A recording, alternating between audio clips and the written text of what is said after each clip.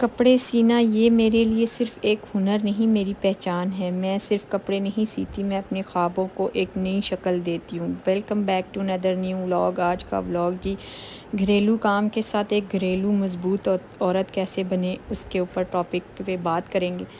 ایک مضبوط عورت وہی ہے جو اپنے ہاتھوں کی ہنر سے اپنے گھر کو سنوارے اور اپنی شخصیت کو نکھارے۔ میری پیاری بہنوں، یاد رکھیں، گھر کا کام آپ کو چھوٹا نہیں بناتا۔ آپ اپنے آپ کو گھر کی ملکہ سمجھیں۔ آپ بلکہ ملکہ سمجھیں نہیں، آپ ملکہ ہیں۔ اگر آپ تھک بھی گئی ہیں تو تھوڑا سا رک جائیں، آرام کر لیں، مگر ہار کبھی بھی نہیں مانیں۔ آپ کا وجود اس گھر کے لیے ایک مضبوط ستون ہے، اور جس گھر میں ماں نہیں ہوتی، یہ ستون نہیں ہوتا، وہ گھر جا کے دیکھیں کیسے بیابان ویران ہوتے ہیں۔ ان بچوں کے دل ویران ہوتے ہیں جس گھر میں ماں نہیں ہوتی۔ ہم اب بڑے ہو گئے ہیں، ہماری ماں ہمارے سر پر نہیں ہے، لیکن ہر لمحہ ہمیں یاد آتی ہے۔ ہمیں ہر ٹائم اپنی ماں کا خیال آتا ہے کہ آج ہماری ماں سر پہ ہوتی تو ایسے کرتی، ایسے کرتی۔ ماں باپ ہمیشہ اپنی اولاد کے لیے اچھا سوچتے، اچھا کرتے اور اچھا ہی بناتے ہیں۔ یہ سمجھ تب بچوں کو آتی ہے جب بچے خود ماں باپ بن جاتے ہیں۔ آج میں جب اسٹیچنگ کر کے ہٹی تو ابھی میں نے جو ہے وہ سوٹ جو ہے یہ سلائی کر کے میں استری کری تھی، تو مجھے خیال آیا کہ میں نے کہا کہ ہم تو اپنے گھر میں بیٹھے ہوئے گھر کی چار دیواری میں کام کرتے ہیں۔ ہماری ماں نے باپ تو محنت کرتے ہی ہیں، ہماری ماں نے بھی بہت محنت کی، اتنی محنت کہ وہ جب بیمار ہوتی تھی تو اپنی بیماری کو بھی کبھی نہیں دیکھتی تھی، کہتی تھی گولی کھا کے چلی جاتی تھی کہ خیر ہے، میرا تو کام ہے، میں نے تو کرنا ہے، میں نے اپنے بچوں کو پالنا ہے۔ اور ہمیشہ انہوں نے ہر چیز ہمیں اچھی لے کے دی۔ ہم لوگوں کے پاس وہ چیز دیکھتے تھے تو ہم کہتے تھے کہ ان کے ماں باپ نے لے کے دی، لیکن ہمیں ماں لے کے دیتی تھی۔ اب جب میں اپنی چھوٹی سی بیٹی کو، جس نے سوائے آدھا کپ چائے کے علاوہ کبھی کچھ نہیں بنایا تھا، میں سمجھتی ہوں وہ چائے بھی اس نے کبھی ایسے بنائی تھی کہ پینے کے قابل نہیں تھی، جب اس کا گھر اس کو دیکھتی ہوں تو پھر پتہ چلتا ہے کہ ایک عورت جب ماں بن جاتی ہے، جب بیوی بن جاتی ہے اور جب بہو بن جاتی ہے، تب اس کا مائنڈ چینج ہو جاتا ہے، تب اس کی ہر خواہش چینج ہو جاتی ہے، تب اس کا رہنا چینج ہو جاتا ہے۔ جس نے کبھی ایک گلاس اٹھا کے پانی کا نہیں لیا ہوتا، پھر وہ سب کچھ مینیج کرنا سیکھ جاتی ہے۔ آپ ایک عورت کو کبھی ہار نہیں ماننا چاہیے، ایک ماں کو کبھی ہار نہیں ماننی چاہیے، اور میں کہتی ہوں کہ ایک ماں تو کبھی ہار مانتی نہیں ہے۔ میرے سامنے ایسے کئی تجربے ہیں جو ایک وقت میں کئی کام کرتے ہیں۔ کبھی ہاسٹل کے کام کرتی ہیں عورتیں، کئی دفعہ وہ اسکول میں جا کے کام کرتی ہیں، اسکول کا کام بھی میں نے بھی شروع کیا تھا، اور لوگوں کی نظر میں یہ ہوتا ہے کہ یہ سب کچھ یہ کر رہی ہے، اس کو کیا پتہ، ایسے پورا کرنے سے پورا نہیں پڑتا، لیکن اس ماں کو پتہ ہوتا ہے کہ مجھے اپنے بچوں کے لیے سب کچھ کرنا ہے، میں نے اپنے بچوں کی ہر چیز دیکھنی ہے۔ ایک ماں جو ہوتی ہے، جب اس سے بچہ کوئی خواہش کرتا ہے تو وہ کبھی نہیں یہ سوچتی کہ میں کہاں سے لے کے دوں گی، وہ کوشش کرتی ہے کہ میرے بچے نے یہ خواہش کی ہے تو میں اس کو ضرور پورا کروں۔ ایک ماں کے اندر یہ حسرت ہوتی ہے کہ وہ کہتی ہے دنیا کی ہر چیز میں اپنے بچوں کو لا کے دوں، اور جب ماں باپ اس دنیا سے رخصت ہو جاتے ہیں تو پھر بچوں کو پتہ چلتا ہے کہ جب وہ ماں باپ بچے جو بنتے ہیں جب بچے ہوتے ہیں تو وہ بڑے ہو کے جب ماں باپ بنتے ہیں پھر انہیں پتہ چلتا ہے کہ ماں باپ کیا چیز ہے۔ آج میں ایک نیوز دیکھ رہی تھی، ایک والد نے جا کے راوی میں چھلانگ لگا دی۔ کیوں؟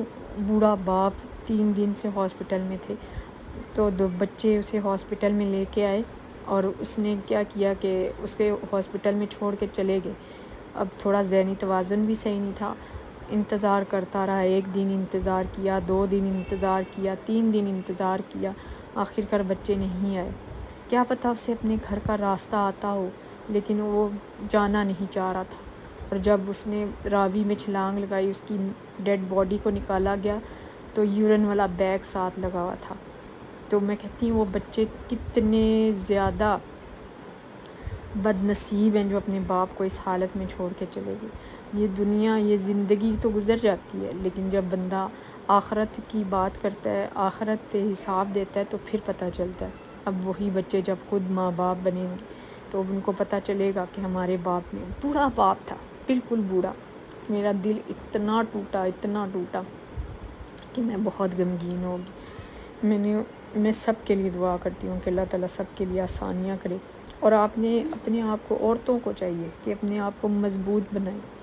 میں سوشل میڈیا پہ دیکھتی ہوں کہ آج کل اتنی زیادہ خبریں آ رہی ہیں، آپ ایک عورت کو اتنا مضبوط ہونا چاہیے کہ کوئی اس کے کردار پہ، کوئی اس کے کردار کشی نہ کر سکے، کردار پہ انگلی نہ اٹھا سکے، اور وہ ایسے بات کرے کہ مرد کو بات کرتے ہوئے اس سے ڈرنا چاہیے۔